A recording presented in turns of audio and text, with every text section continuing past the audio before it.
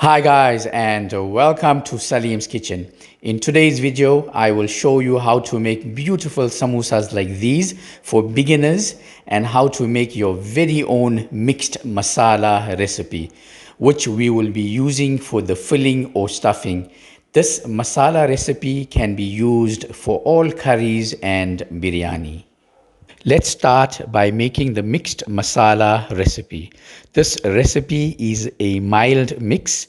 If you prefer a hot mix, simply add in extra chili powder as required. Spices required are: in a medium container, add in 200 grams of chili powder, 200 grams of turmeric powder, 100 grams of garam masala, 100 grams of cumin or jeera powder, 50 grams of coriander or dhania powder, 1 teaspoon of white pepper, 1 teaspoon of paprika, and half a teaspoon of cinnamon powder. Put the lid on and give it a good shake.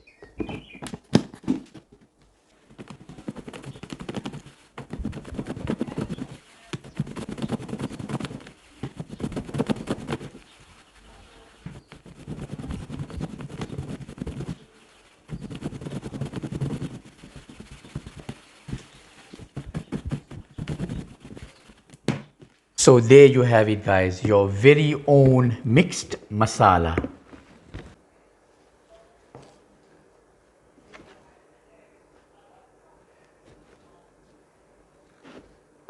For longer shelf life, store in an airtight container like this.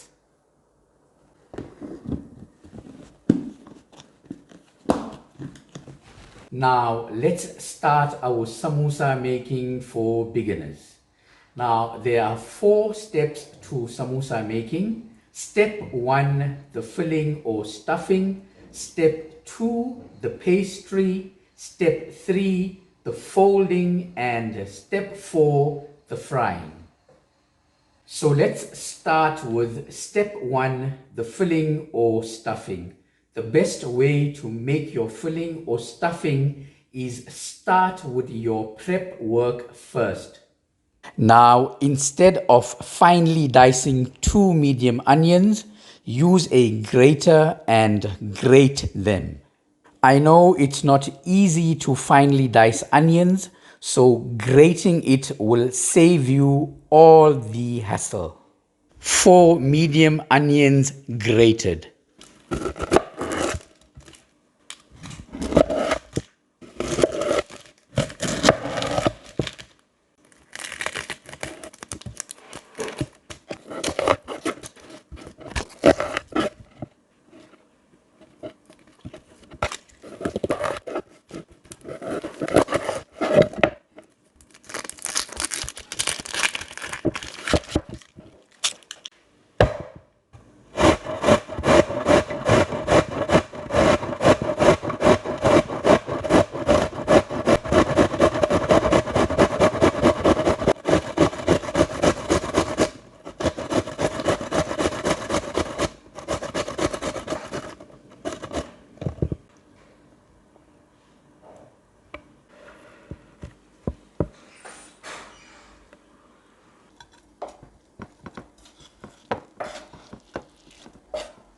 Four green chilies finely sliced.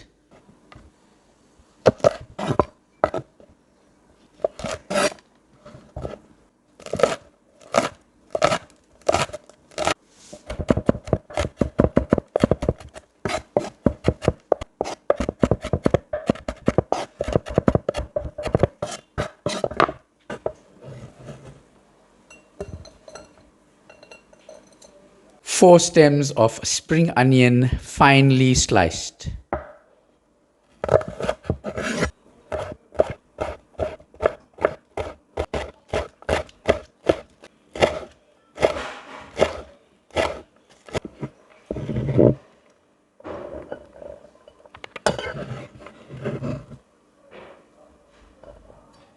Next, finely chop 15 mint leaves.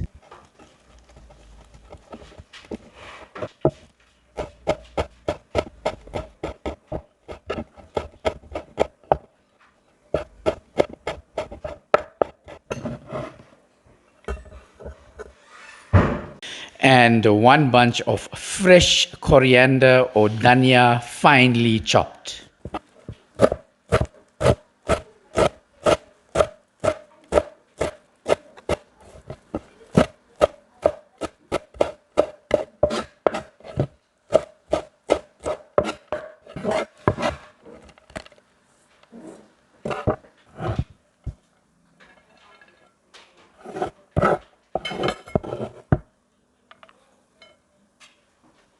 Now let's bring all these ingredients together and make the filling or stuffing.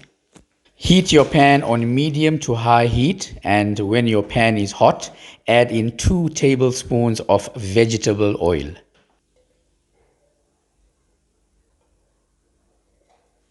Add in 500 grams or half a kg of mutton mince meat. To this, add in 1 teaspoon of salt and 1 teaspoon of ginger and garlic paste. Now give this a good mix.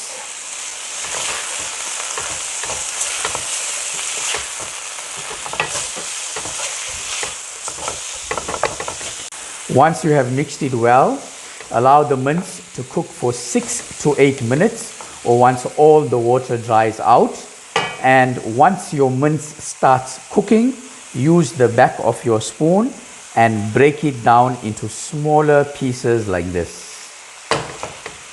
It's easier to break down once your mince starts cooking.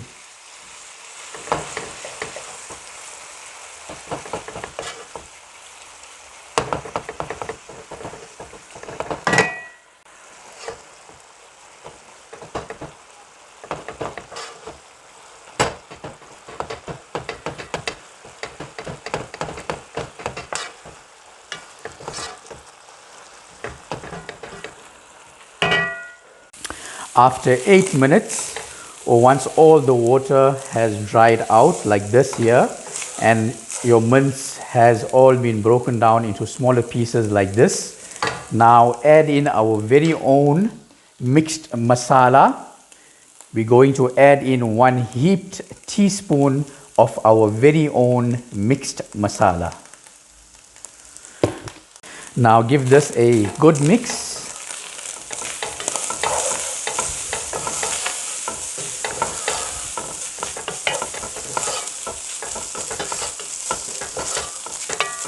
Now that we have mixed this well, let's now add in our onions.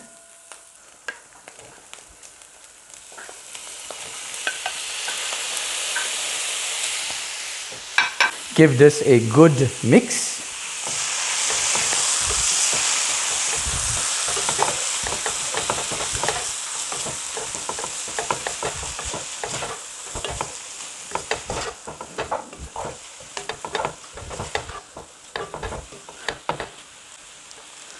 Once you have mixed it well, allow the onions to cook for 4 minutes, mixing every 2 minutes interval.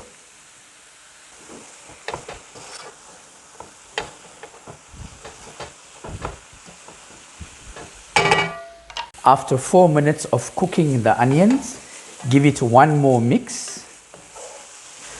Now we are going to add in all of our greens.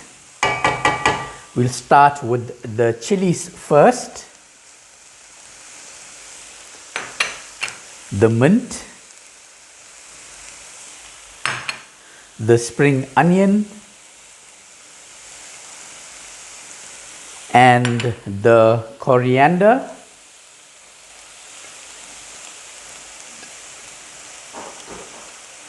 Now switch off your stove and give this a good mix.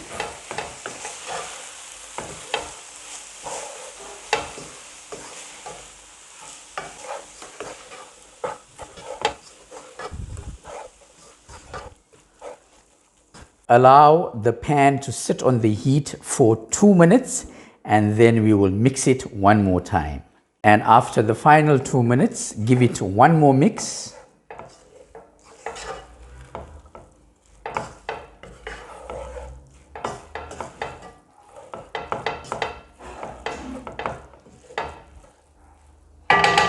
And there you have it, guys. Beautiful, aromatic, delicious mutton mince filling.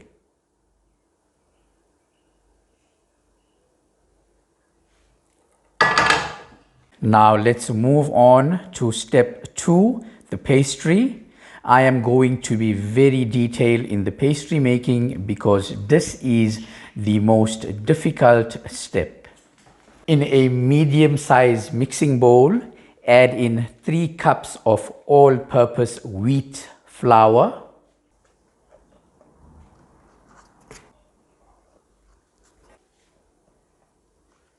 Now to the flour, add in 1 flat teaspoon of salt. Now mix the salt and flour together.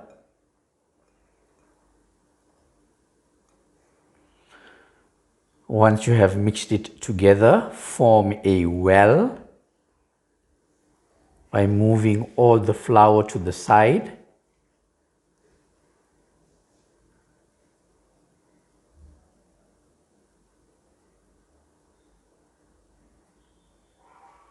Once your well is formed, we are now going to add in 300 milliliters of normal tap water, which is cold water, little at a time, to form a dough.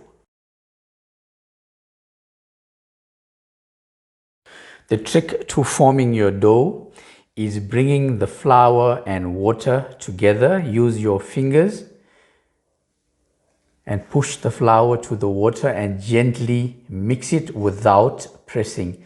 Remember, the trick is we just want to bring the flour and water together. Once the first lot of water has been absorbed, we can now add in a little more water.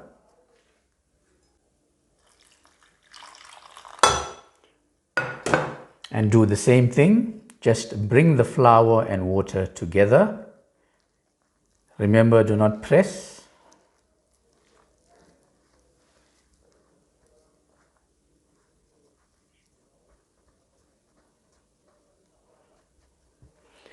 And now the last bit of water.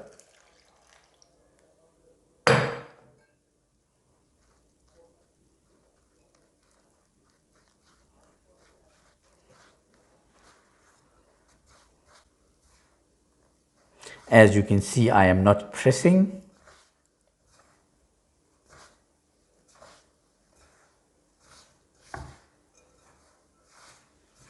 Now that we have brought all the flour and water together, we can now start to form the dough. And the trick to forming the dough is use your fist it down, lift and fist, lift and fist, and continue doing this until your dough is formed. You can see the dough is now starting to form. This is a very quick and easy way to form your dough.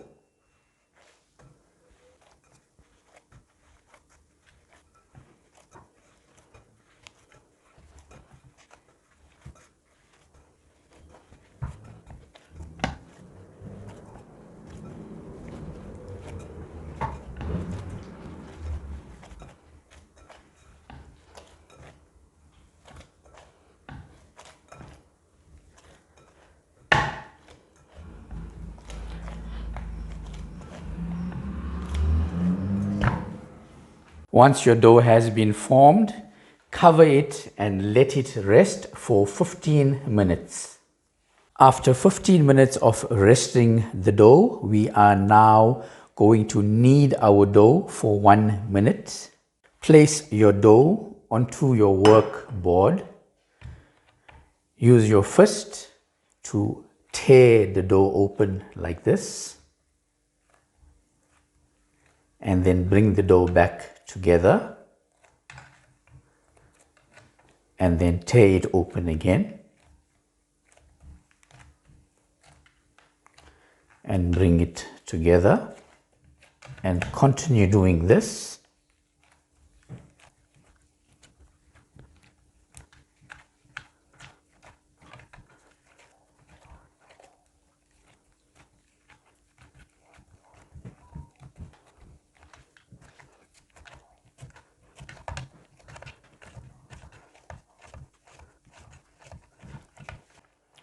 Once your dough has been kneaded, lift it up and form a nice big cylinder. Push it down and we now have a nice big cylinder. Now we are going to cut this cylinder into 2 equal pieces.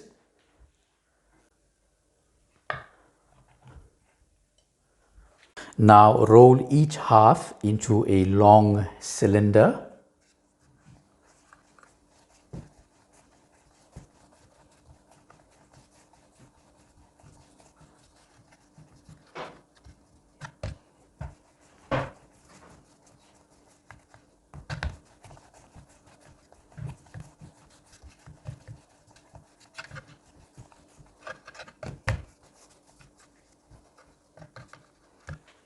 Once you have rolled out your cylinders, it should be around 27 centimeters long.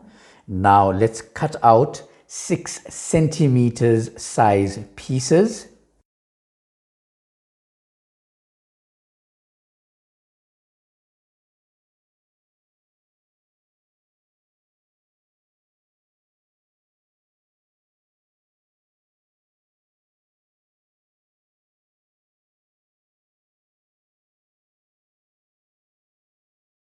And the 2 end pieces, you can just join it together. Now let's turn all these pieces into discs, and the best and easiest way to form your disc is gently roll it out a bit to bring it back into a cylinder shape like this, and then lift it up and then simply press it down. And there you have it. As simple as that, your disc is formed.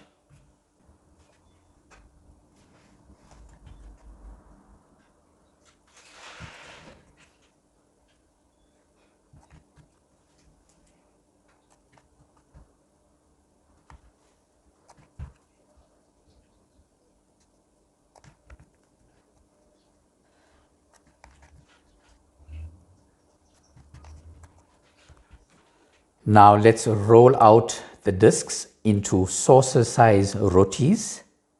Now sprinkle dry flour on your work table and set your discs on top of the dry flour. And keep it covered with a dry cloth so that it does not dry out. And we will work with 1 disc at a time. Now let's start rolling.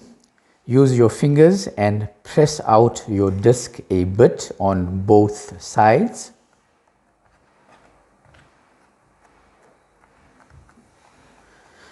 Now let's add some dry flour on both sides. Gently rub it on.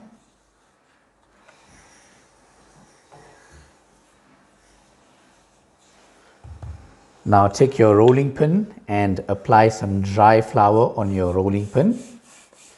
Now let's start rolling. Remember, always roll in a circular motion.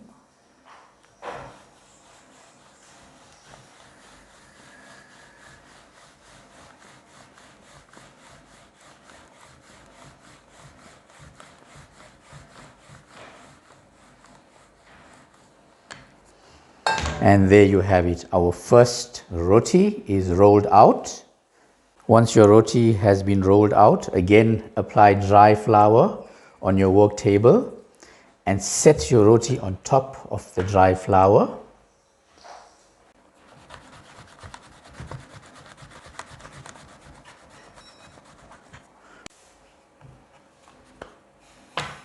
Now that all of our rotis have been rolled out, we are now going to oil them in layers. Because I have 9 rotis, I'm going to do a layer with 4 rotis and the next with 5 rotis. For oiling, use normal vegetable oil.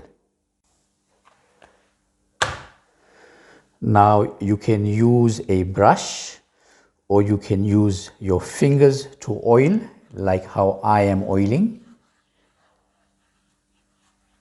This way you get to feel if there are any dry spots that you haven't oiled, so you can oil well using your fingers.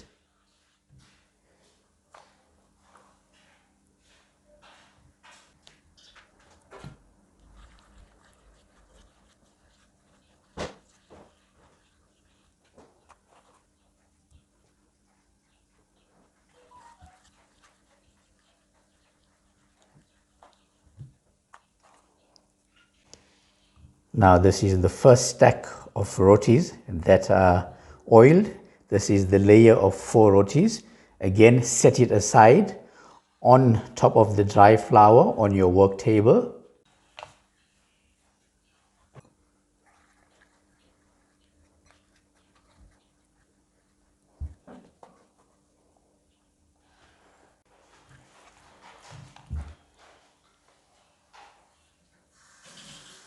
Now that the oiling is done, we are going to roll out the layered rotis into thin sheets. Apply some dry flour on your work table. Now set your layered roti on top of the dry flour. First, use your fingers and press out the layered rotis a bit on both the sides.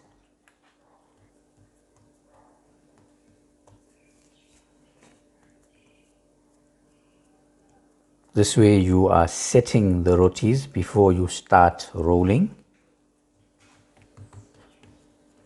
Now apply dry flour on top and gently rub it. Turn it over. Again apply dry flour and gently rub it. Always dust your rolling pin with dry flour. And now we can start rolling. Now when you are rolling, do not press your rolling pin. Very gently push it up and pull it towards you, and then turn it over and do the same thing. Push it, pull it, and then move your rolling pin to the end. Push it, pull it to this end, push it, pull it, and then turn it over again. And always start from the center, push it out or roll it out and pull it towards you, and do the 2 ends as well. And then continue doing that, turning it over and repeating that process. And always apply dry flour. When it starts to stick onto the table, you will feel it sticking onto the table. So when you turn it over, you can apply dry flour like this and start again from the center. Push it out, pull it towards you. At this end, push it out, pull it towards you, push it out, pull it towards you, and then turn it over, and you can see the sheet is now forming.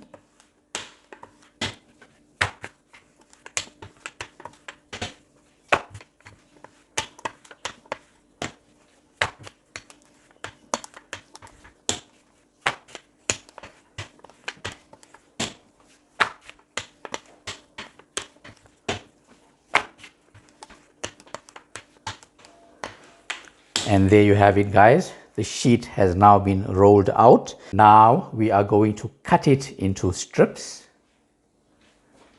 Use a ruler for measuring. Start on top first.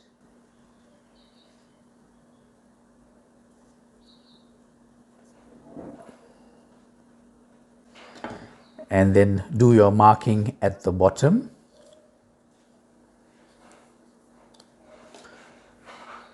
So as you're doing your marking, count in 6. 6, 12, 18, and 24.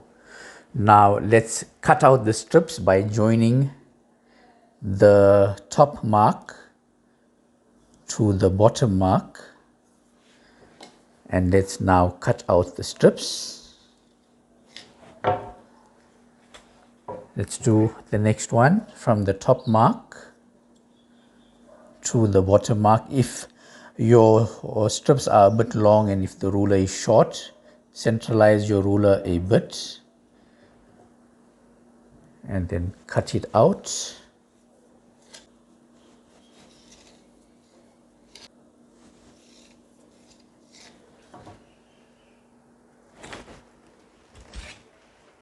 The two end strips will be slightly wider because we did not cut off any end strips.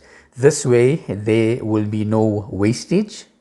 Now before you start toasting, make sure you preheat your oven at 250 degrees Celsius. Preheat your oven for at least 5 minutes before toasting. Now let's set our strips onto the oven tray. To move your strip from the table onto your tray without damaging them, simply lift it up like this and fold it like that, and then put it onto your 4 fingers like this, and then bring it onto your oven tray and gently unfold it like this.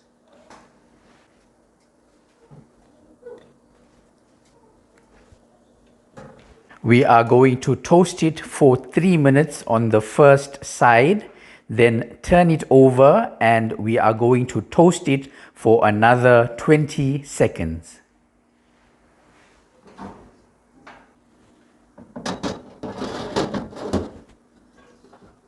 After 3 minutes, remove it from the oven. And now we are going to turn it over and toast for another 20 seconds.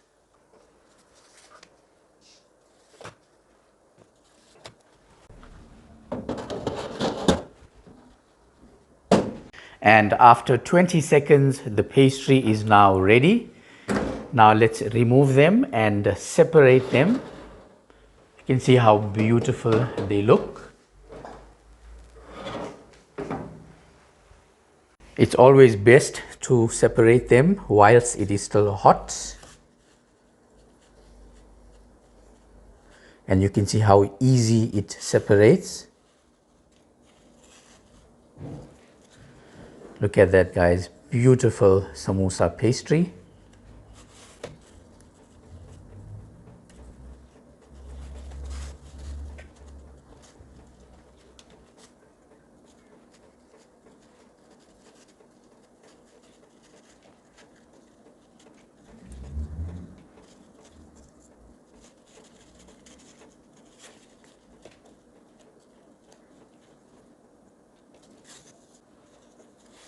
And there you have it, guys. Beautiful samosa pastry. Now, once you have separated them, always keep it in a damp cloth so it stays nice and moist and does not dry out.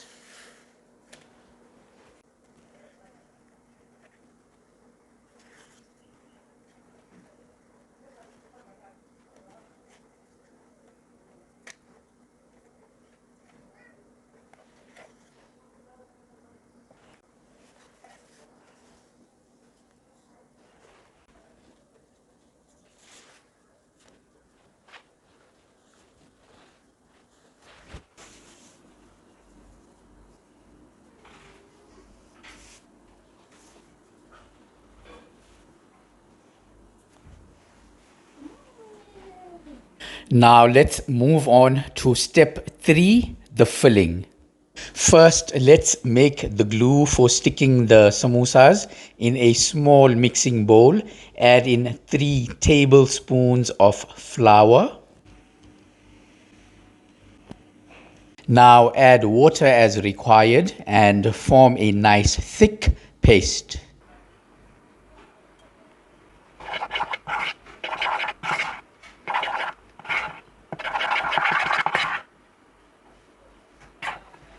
Now let's start the filling.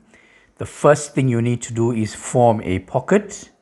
So always pick it up from the corner to the center like that, and you will get a overlap like this. Now line it up to the left hand side, making sure the corner is closed.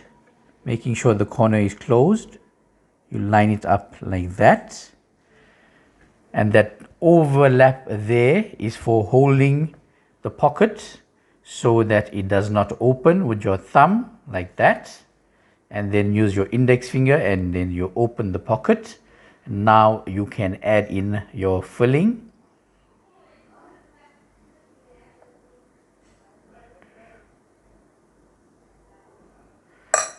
Again, use your index finger and push your filling in so the filling sits in nice and tight. And now let's start to fold. Use your thumb and just press it down here at the beginning. And now all we're going to do is we're going to line it up to the right hand side and to the left hand side. So this line now, when you fold, you will line it up to the right hand side like that, and then use your thumb here as your guide, and then fold it over and line it up to the left hand side. Again, to the right hand side, and then we line it up again to the left hand side. Now we will apply the glue. Gently apply the glue so the strip do not tear.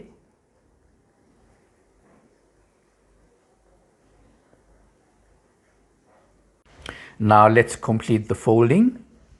Again, you line it up to the right hand side and then to the left hand side, and then you will complete the folding. And just like that, you have a neat, perfect triangle samosa.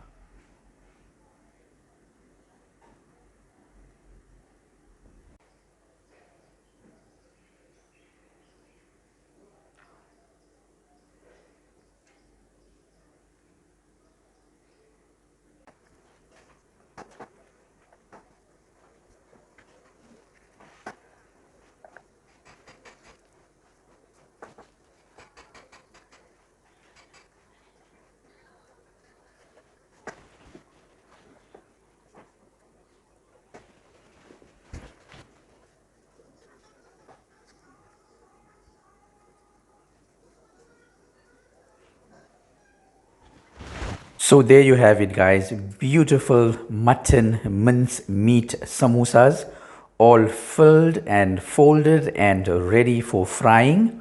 This recipe will give you around 50 to 55 samosas. Now let's fry these beautiful samosas in vegetable oil until they turn golden brown in color.